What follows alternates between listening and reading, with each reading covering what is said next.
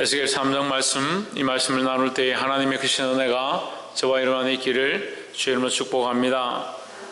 3장 1절에 그가 또 내게 이르시되 인자야 너는 받는 것을 먹으라. 자, 먹는 모양이 나오는데 네가 발견한 것, 네가 받은 것을 먹으라. 너는 이 두루마리를 먹고 가서 이스라엘 족속에게 말하라 하시기로 했습니다. 두루마리는 가죽입니다. 가죽으로 된 것들을 먹는 게 쉽지가 않죠.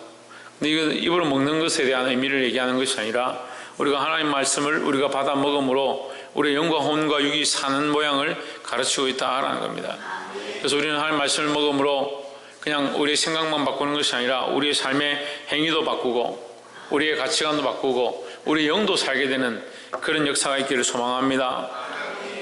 이전에 내가 입을 벌리니 그가 그 두루마리를 내게 먹이시며 3절에 내게 이르시되 인자야 내가 내게 주는 이 두루마리를 내 배에 넣으며 내 창자에 채우라 했습니다.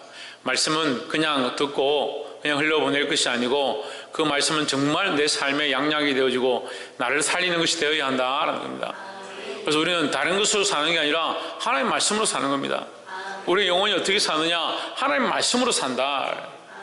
그래서 하나님 말씀을 사모하고 그 말씀대로 살고자 하고 말씀 앞에서 내 생각과 가치관들을 내려놓아야 한다는 겁니다.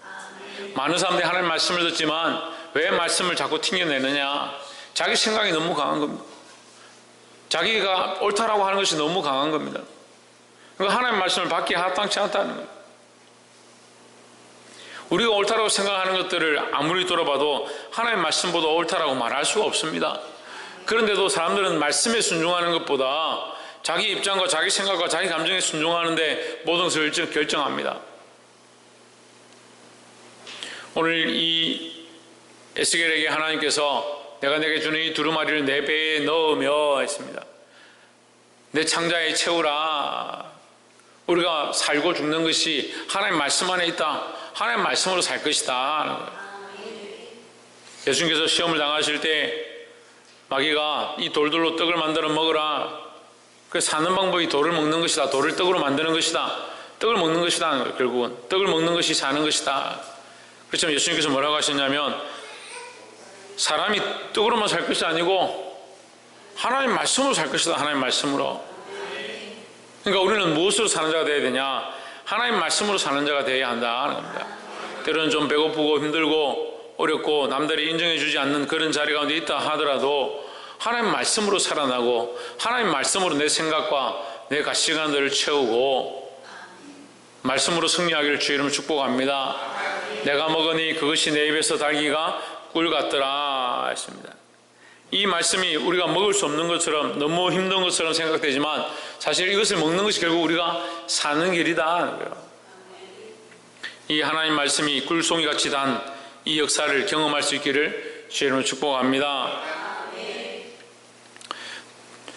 16절에 7일 후에 여호와의 말씀이 내게 임하여 이르시되 인자야 내가 너를 이스라엘 족속의 파수꾼으로 세웠으니 너는 내 입의 말을 듣고 나를 대신하여 그들을 깨우치라 했습니다. 우리는 어떤 역할을 해야 되느냐? 하나님께서 주신 말씀을 17절 하나님께서 주신 말씀을 따라서 그 말을 대신하는 자, 대언하는 자들이 되어야 한다는 겁니다. 내 생각을 말하는 게 아니고 하나님 주신 말씀을 대언하는 자, 그것을 대신 말하는 자들이 되어야 한다. 예수님께서 우리에게 권세를 주셨습니다. 권세를 주셔서 뭐합니까? 복음을 전하라, 제자를 삼아라, 가르쳐 지키게 하라, 이것을 말씀하셨습니다. 그것이 우리의 것이 아니고 예수 그리스도의 것이다라는 거죠. 우리는 대신 사용되어지는 자다라는 겁니다. 왜 교만하느냐? 자기가 다 한다고 생각하는 겁니다. 우리가 하는 것이 아닙니다. 하나님께서 우리를 사용하시는 것입니다. 우리는 항상 하나님 앞에 사용되어지고 있고 하나님 은혜로 이것을 하고 있다는, 이 복음을 전하고 있다는 사실을 잊어버리면 안 된다는 겁니다.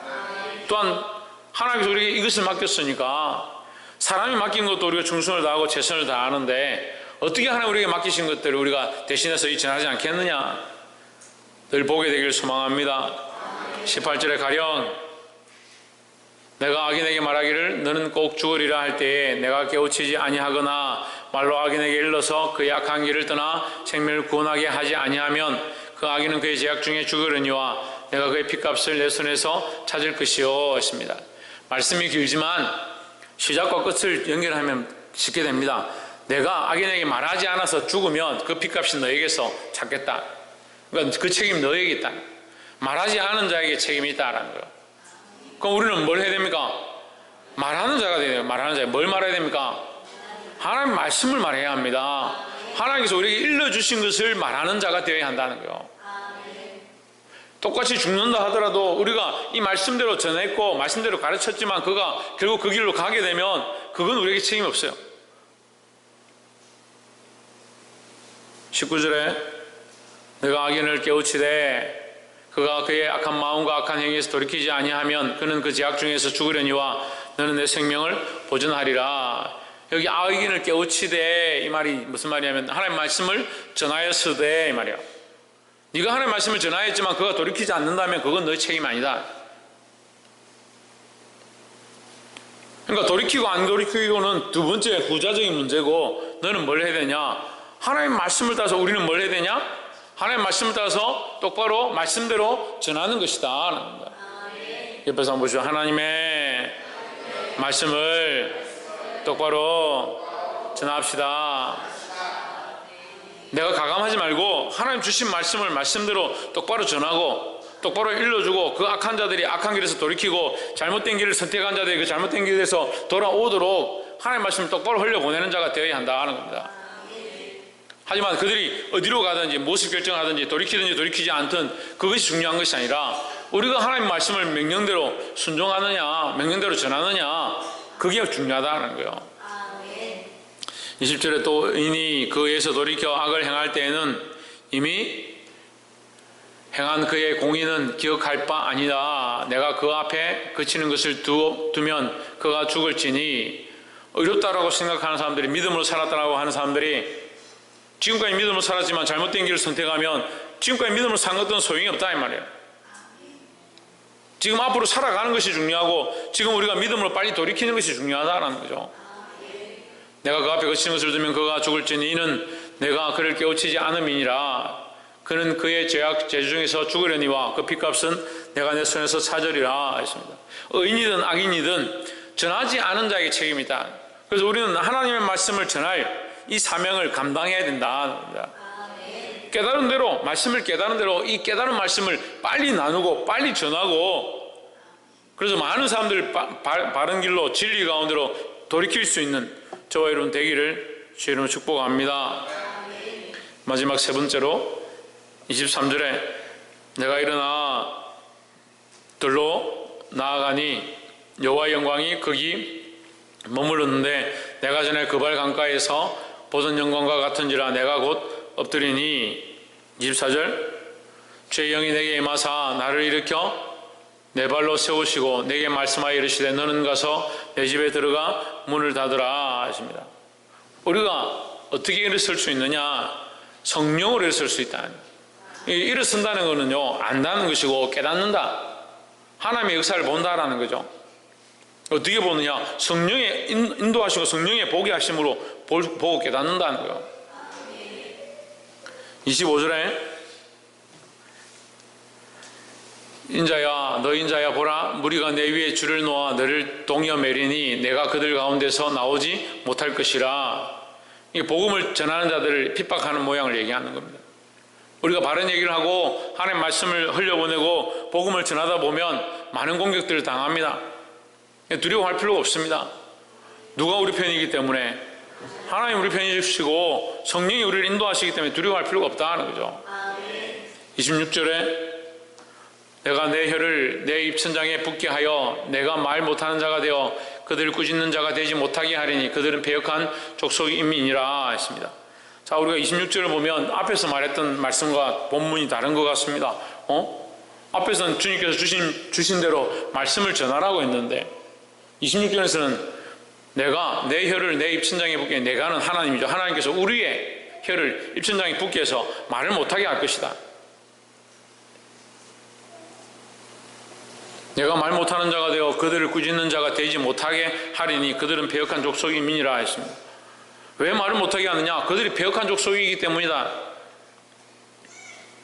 우리가 하나님 말씀을 전할 수 있는 것도 성령의 도우심이고 또한 전해야 될 때와 전하지 말아야 될 때를 무엇으로 구별하느냐? 성령이 주시는 지혜로 구별해야 된다는 거예요.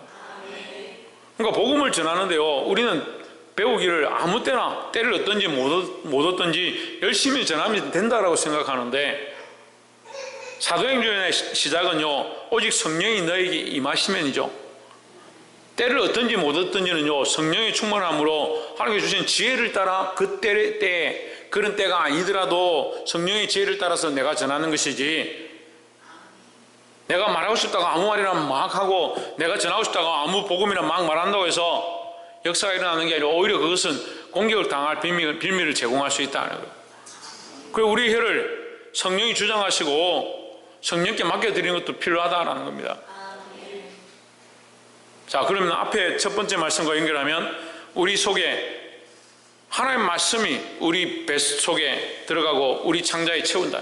하나님의 말씀으로 채워줘서 하나님의 말씀이 내 속에 가득한데, 내가 하고 싶은 말을 아무렇게나 막 하는 것이 아니라 이 하나님 주신 복음을 성령의 인도하심을 따라 지혜롭게 말해야 한다는 거죠.